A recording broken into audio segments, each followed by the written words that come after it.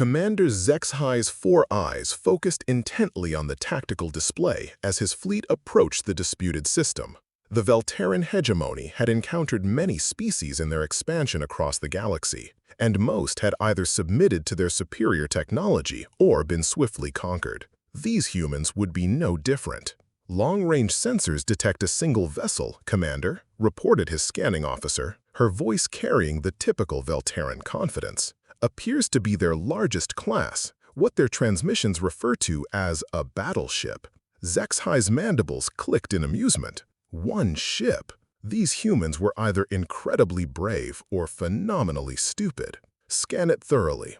I want to know exactly what we're dealing with before we demonstrate the futility of their resistance. The scanning beams reached out across the void, penetrating the human vessel's hull with ease. What they found made the entire bridge fall silent. Commander, the scanning officer's voice trembled. The readings, they can't be correct. Explain. The ship appears to be hollow, sir. Massive internal spaces, filled with biological signatures. Thousands of them. Zexhi leaned forward. Crew complement? No, sir, that's just it. These aren't crew. The life signs are too diverse, too varied. And the internal atmosphere? It's not uniform. Different sections show different gas mixtures, temperature ranges, even gravity variations. The communications officer suddenly straightened. Sir, we're receiving a transmission from the human vessel. On screen, a human face appeared, unremarkable by galactic standards, with only 2 eyes and no visible natural weapons. But there was something in those eyes that made Zexhi's chitin crawl. This is Captain Morrison of the UES Sanctuary, the human said calmly. You've been scanning our ship. Normally, I'd consider that an act of aggression, but I understand curiosity. You're probably wondering what you're looking at. The human's lips curved upward in what Zexhi's cultural database identified as a smile, though it seemed far from friendly. You see, Commander, yes, we know who you are. This isn't just a battleship.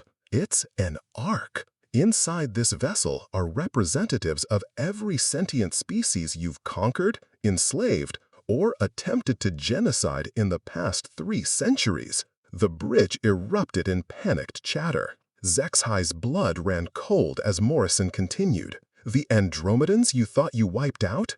12,000 survivors in Habitat Ring 7. The crystal-based Nexari you enslaved for their computational abilities? 8,000 free beings in the resonance chambers. The aquatic depth singers whose oceans you boiled? 15,000 swimming in our biodomes. Morrison leaned forward, and his voice dropped to barely above a whisper. Every species has told us their story, Commander. Every atrocity cataloged. Every war crime documented. And you know what? They all asked us for the same thing. What? Zexhi found himself asking, though he dreaded the answer. Justice. The human ship's weapon systems came online. Not the primitive kinetics or energy weapons the Velterrans expected, but something else entirely. Weapons designed by dozens of brilliant alien minds, powered by technologies the hegemony thought they'd suppressed forever, and operated by beings with nothing left to lose and everything to gain. This is your only warning, Commander, Morrison said. Withdraw your forces from all occupied systems. Release all enslaved populations. Submit to the Galactic Justice Tribunal for war crimes. And if we refuse? Zexhi's voice cracked.